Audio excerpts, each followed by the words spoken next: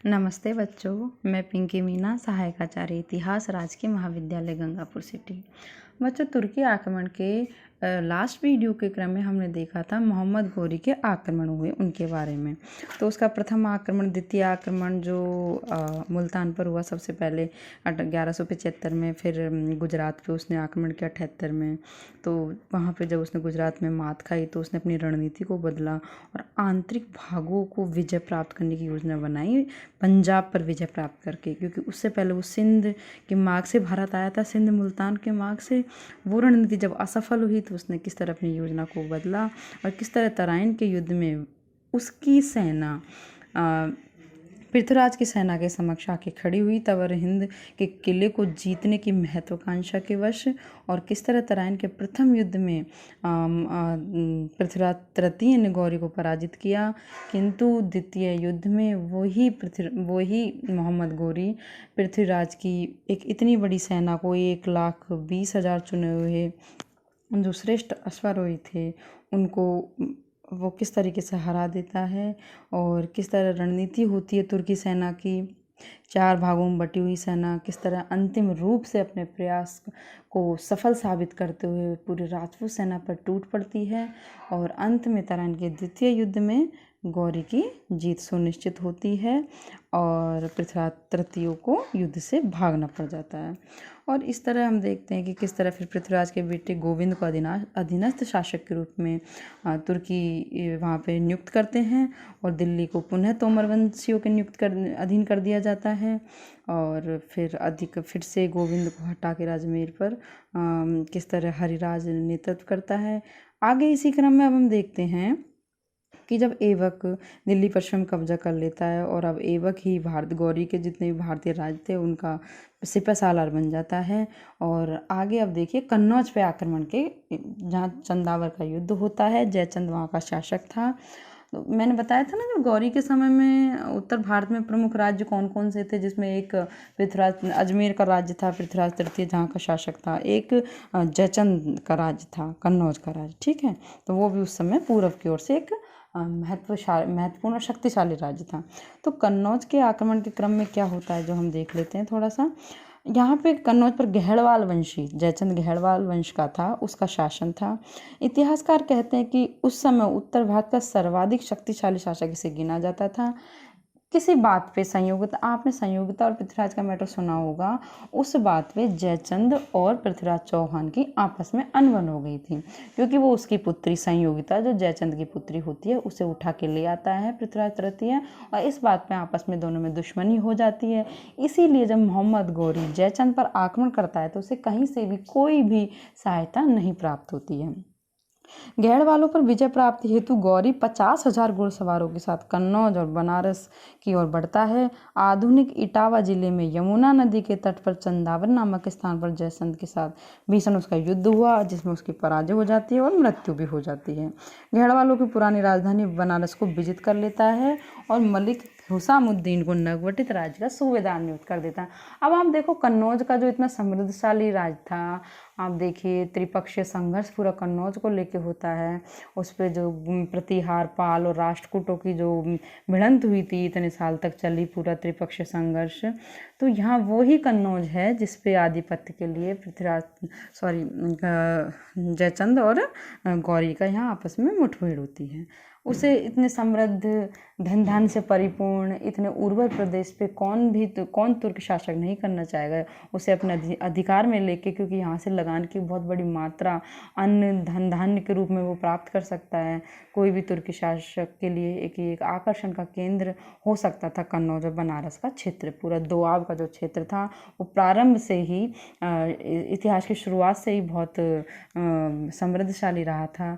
यहाँ चावल, गेहूँ की और गन्ने की जो पैदावार थी वो इसी प्रदेश में बहुत हद तक फली फूली।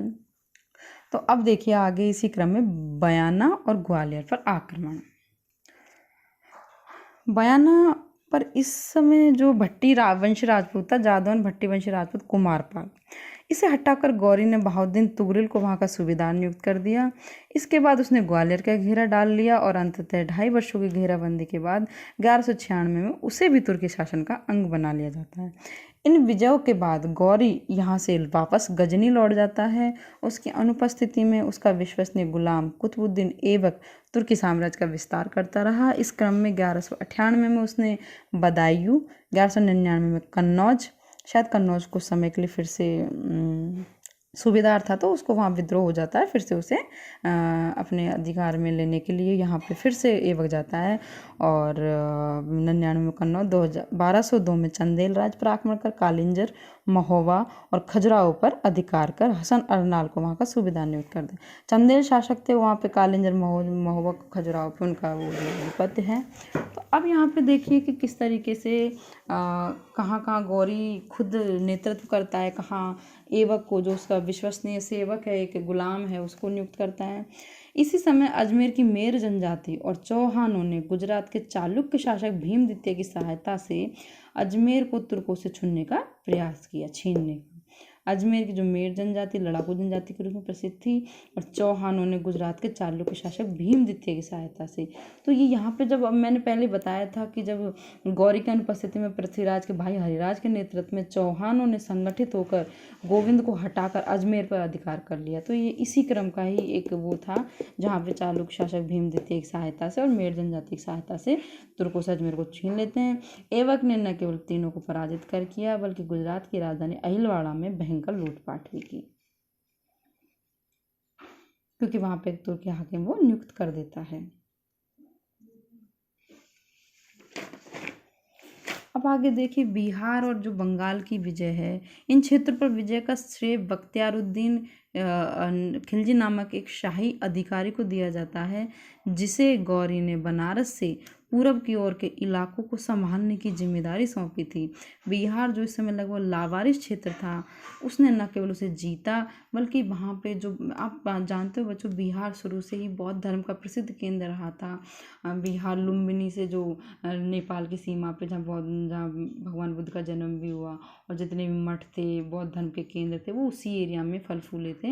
तो यहाँ देखियो बख्तियारुद्दीन जो है, बख्तियारुद्दीन काकी खिलजी, वो न केवल यहाँ के प्रसिद्ध मठों, बिहारों, शिक्षण संस्थाओं को तहस नहस करेगा, अपितु इनको जला के, इनको लूट के अपार धन संपत्ति की प्राप्ति भी वो यहाँ पे करेगा। और विश्व प्रसिद्ध नालंदा विश्वविद्यालय, जहाँ शिक्षण के लिए अपने आप में विश्व विख्यात रहा, नालंदा और तक्षशिला जैसे, तो नालंदा को तहस नहस करने वाला कोई और नहीं था, बख्तियारुद्दीन का खिलजी था, बख्तियारुद्दीन काकी खिलजी था। तो आपको ये चीज़ ध्यान रखनी चाहिए कि किसके उस समय कौन था जिसने नालंदा के मठ को, नालंदा शिक्षण संस्थान को तहस नहस किया, क्यों किया? क्योंकि एक तुर्क था, और इसको एक जितने भी तुर्क आए थे उनका मुख्य आकर्षण भारत से धन प्राप्ति था। और उस समय के जो बौद्ध मठ थे उनमें धन का संचय बहुत अधिक था, क्योंकि बहुत ज़्यादा जितने भी शासक हुए, चाहे हर्ष को ले लो, हर्ष से पहले के भी बहुत शासक हुए, उन्होंने बौद्ध मठों को और इस तरह के शिक्षण संस्थाओं को बहुत ज़्यादा दान दिया था। कहा जाता था हर्ष के बारे में कि उसने तो 100 गायों का दान नालंदा को दिया। तो इस तरह की जो बातें थी, उन्होंने तुर्क आक्रमणकारियों को यहाँ पे आकर्षित किया आक्रमण के लिए, और इन संस्थाओं को उसने तहस नहस कर दिया। इस सफलता के जोश ने बख्तियार काकी खिलजी को बंगाल पर अधिकार करने हेतु भी प्रेरित किया। अब वो जब यहाँ से जाता है बिहार से विजित होके, तो वो बंगाल पर भी अटैक कर देता है। उस समय यहाँ सैन वंशी शासक लक्ष्मण सेन था, जिसकी राजधानी नदिया थी। बख्तियारुद्दीन खिलजी एक व्यापारी के भेष में 18 सैनिकों की सहायता से राजमहल को विजित कर लेता है नदिया में जाके। सैन शासक लक्ष्मण सेन देखता रह जाता है भौचक्का, और पीछे के दरवाजे से भागकर पूर्वी बंगाल के सोनार गांव में शरण ले लेता है। तत्पश्चात तुर्की सेना संपूर्ण किले पर अधिकार कर लेती है, क्योंकि शेष तुर्क सेना आसपास ही थी। नगर को लूटने के पश्चात प्राप्त धन संपदा के बाद बख्तियार ने बंगाल के उत्तरी भाग में स्थित लखनऊ को अपनी राजधानी बनाया। लक्ष्मण सेन और उसके उत्तराधिकारियों ने सोनार गांव में अपनी नवीन राजधानी बनाकर दक्षिण बंगाल पर वो शासन करने लगे। तो यहाँ बिहार बंगाल पे इस तरीके से बख्तियार आक्रमण करके अधिकार कर लेता है। बंगाल पर अधिकार करने के 2 वर्ष बाद बख्तियार ने असम में ब्रह्मपुत्र घाटी को जीतने की मूर्खतापूर्ण मुहिम प्रारंभ कर दी। वो भारत की सीमा को क्रॉस करके ब्रह्मपुत्र की घाटी यानी नेपाल वहाँ जाने की कोशिश करता है, और कुछ इतिहासकारों का मानना है कि अंततः उसका उद्देश्य तिब्बत पर विजय प्राप्त करना था। दुर्भाग्य से इसी विजय के दौरान विपरीत परिस्थितियों में अली मर्दान खान नामक एक दास ने बख्तियारुद्दीन खिलजी की हत्या कर दी। अब हम देखें कि जो मोहम्मद गोरी है उसका अंतिम अभियान कौन सा है। 1204 के अंत में मुइजुद्दीन मोहम्मद गोरी को एक भारी आघात तब पहुंचा जब ख्वारिज्म ईरान में है बच्चों, उसके शाह ने आमू दरिया के निकट हुए अंदरबुर्द के युद्ध में गौरी को पराजित कर दिया। तो इस तरीके से उसकी सारी योजना थी ना, जब वो वहाँ पे हार जाता है तो गौरी की सारी योजना तहस नहस हो जाती है। इस पराजय के बाद वो मध्य एशिया की सारी महत्वाकांक्षाओं को हमेशा के लिए तिलांजलि दे देता है और अब भारत ही उसकी महत्वाकांक्षाओं को पूरा करने का केंद्र बिंदु बन जाता है। लेकिन युद्ध में गौरी की हार की अफवाह से और मृत्यु की अफवाह से भारत में उसके विद्रोही फिर से सर उठाने लग जाते हैं। तो पश्चिमी पंजाब की युद्ध प्रिय खोखर जनजाति ने खुले में जब लूटपाट और विद्रोह शुरू कर दिया तो सबक सिखाने के उद्देश्य से मुइजुद्दीन ने 1206 में अंतिम आक्रमण किया। दुर्भाग्य से खोखरों को बुरी तरह पराजित करने के बाद जब वह गजनी लौट रहा था तब दमदम नामा के स्थान पर एक करमाती वंशीय कट्टरपंथी ने गौरी की हत्या कर दी। ये करमाती शियाओं का राज्य आपको पता है ना, जो उस समय जो मैंने बताया था कि वहाँ पे अंतिम समय में वह करमाती शियाओं का राज्य था। जब इसका प्रारंभ का आक्रमण होता है तो उस समय जो किस किस से निपटना था, जैसे मुल्तान में थे इनका राज्य, तो इन लोगों ने उसको मार दिया। तो एक कट्टरपंथी ने 15 मार्च 1206 में इसकी हत्या कर दी।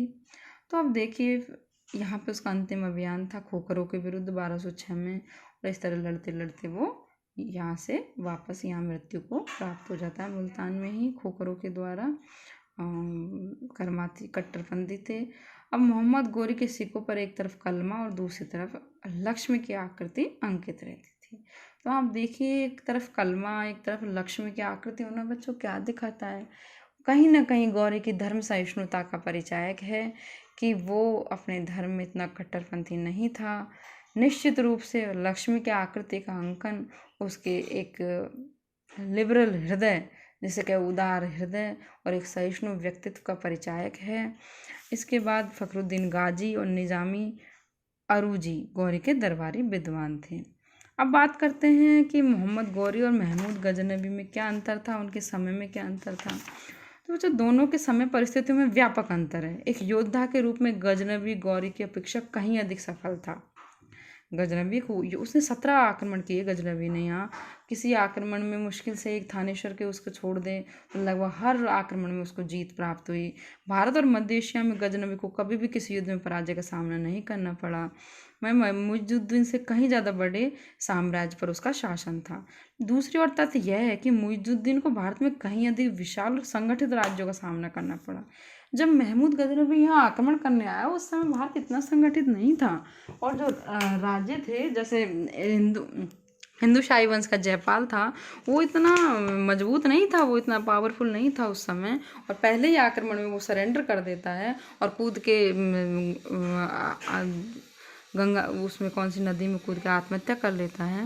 और यहाँ पे जो मुइजुद्दीन मोहम्मद गोरी है उसका आक्रमण जयचंद जैसे पृथ्वीराज तृतीय जैसे चौहानों के साथ होता है जो इतने मजबूत और महत्वाकांक्षी शासक है उस समय के। तो परिस्थितियाँ तो वास्तव में अलग अलग है दोनों की, और राज्य भी जैसे कहीं अधिक विशाल और संगठित राज्य भारत में थे। यद्यपि मध्य एशिया में उसे महमूद से कम कामयाबी मिली थी मुइजुद्दीन को, लेकिन भारत में उसकी राजनीतिक उपलब्धियाँ कहीं अधिक श्रेष्ठ थी। लेकिन जब भारत की बात होगी तो हम महमूद से ज़्यादा गौरी की उपलब्धियों की बात करेंगे। भारतवर्ष में गौरी 2 बार आबू के युद्ध में और तराइन के प्रथम युद्ध में पराजित तो हुआ, लेकिन पराजय के बाद जिस उत्साह और कुशलता के साथ वह संभला वह उसकी चारित्रिक कुशलता, उत्साह, दृढ़ता, नेतृत्व क्षमता का परिचायक है।